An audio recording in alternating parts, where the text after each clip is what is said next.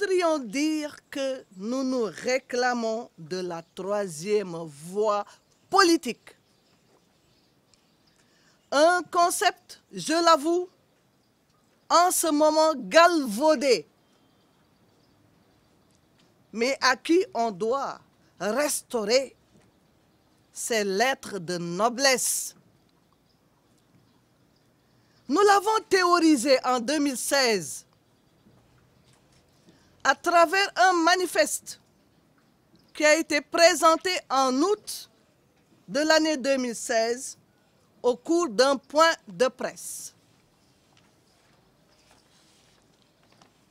À l'époque, nous avions constaté école en déperdition, chômage endémique, insécurité, brutalité, dictature, brimade, persécution, corruption, gabegie, népotisme, ni considération ni équité vis-à-vis des populations, Khadji Aksen, un déficit de bonne gouvernance faisant primer l'intérêt particulier sur l'intérêt général, mais surtout, nous avions constaté une absence d'identification de notre part aux deux courants que sont la majorité et l'opposition traditionnelle. Face à cette situation, nous avions décidé de créer une troisième voie politique dont l'idéologie est fondée sur la primauté des valeurs. La troisième voie est la voie des valeurs. Les 3 V. Troisième voie, voie des valeurs, les 3 V. Par la suite, nous avions mis en place la coalition dénommée la troisième voie politique, Ëttu Askan Wi, composée surtout de mouvements citoyens et de personnalités de la société civile. Seuls quelques rares partis politiques en sont membres. Notre coalition se présente aux élections législatives de 2017.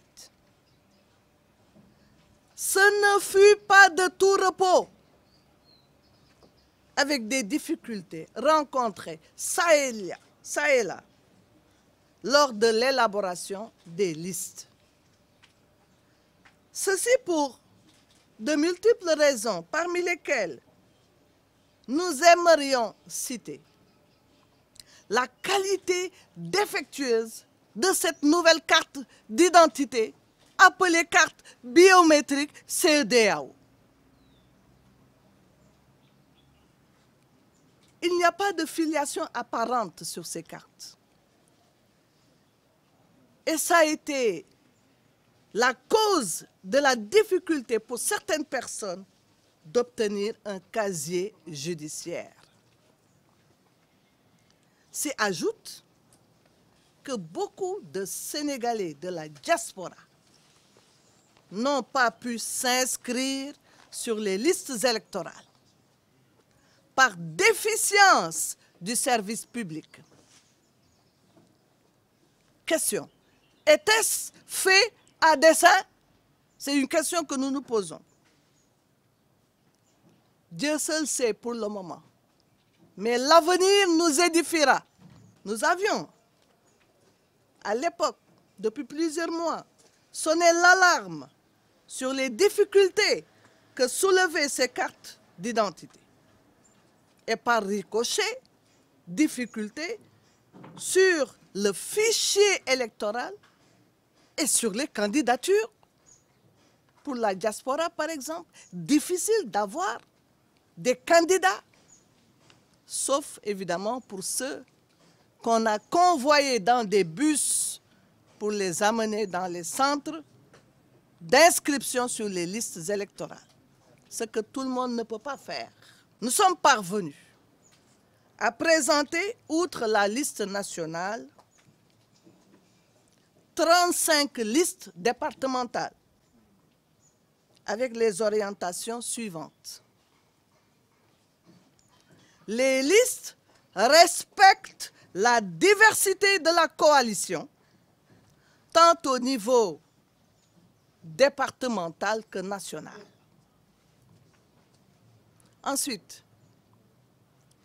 les listes manifestent la représentativité de la population sénégalaise à travers les handicapés. À Sédhiou, par exemple, la tête de liste est un handicapé moteur assis sur une chaise roulante. Donc, à travers les handicapés, les jeunes qui sont très bien représentés, parmi lesquels les étudiants et les étudiantes, mais aussi les femmes. Vous voyez cette dame qui est à mes côtés, Madame Rabi Koumba Niang, c'est elle la tête de liste de Dakar. Évidemment, la diaspora, elle est représentée sur les listes nationales. En termes de programme, nous nous rapprochons depuis longtemps des populations des villes et des zones reculées pour nous enquérir de leurs préoccupations.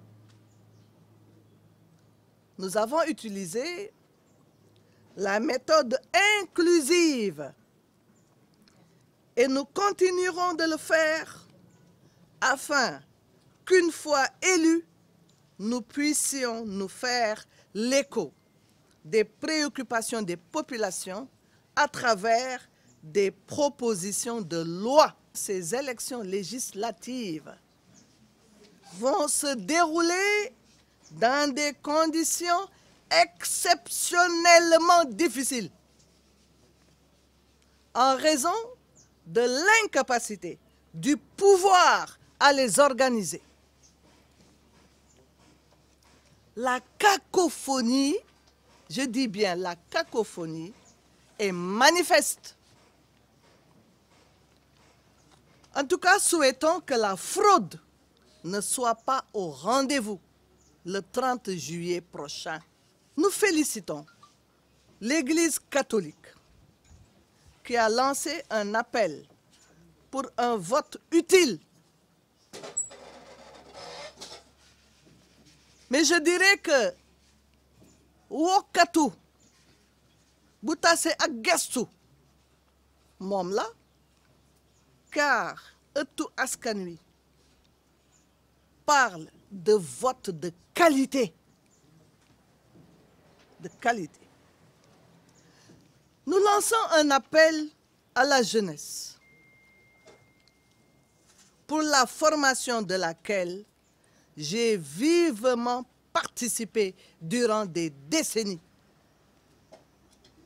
Je lance aussi un appel aux femmes et aux couches défavorisées que j'ai côtoyées et défendues dans mes activités de droits de l'hommiste afin qu'elles gardent espoir, car l'espoir est encore permis.